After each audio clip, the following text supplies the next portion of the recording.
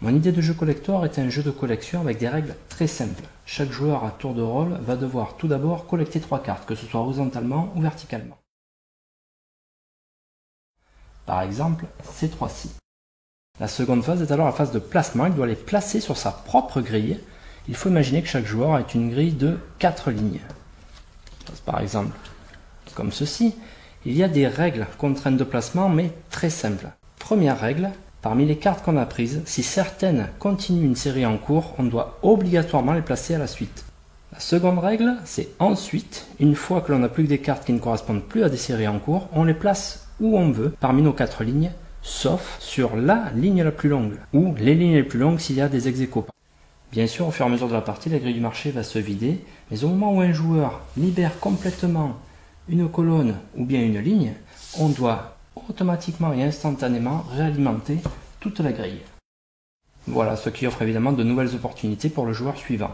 Cela permet d'atténuer l'avantage du premier joueur, et ça rajoute aussi un côté stratégique, puisqu'on peut avoir tout intérêt à ne pas renouveler la grille pour le joueur suivant.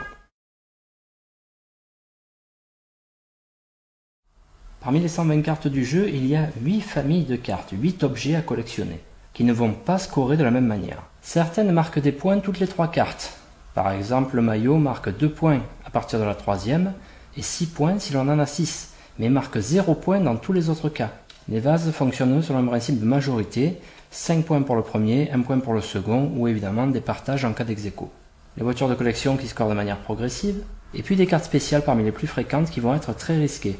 Par exemple, les ours rapportent 1 point dès la première carte, mais si l'on en place une seconde derrière, tout explose.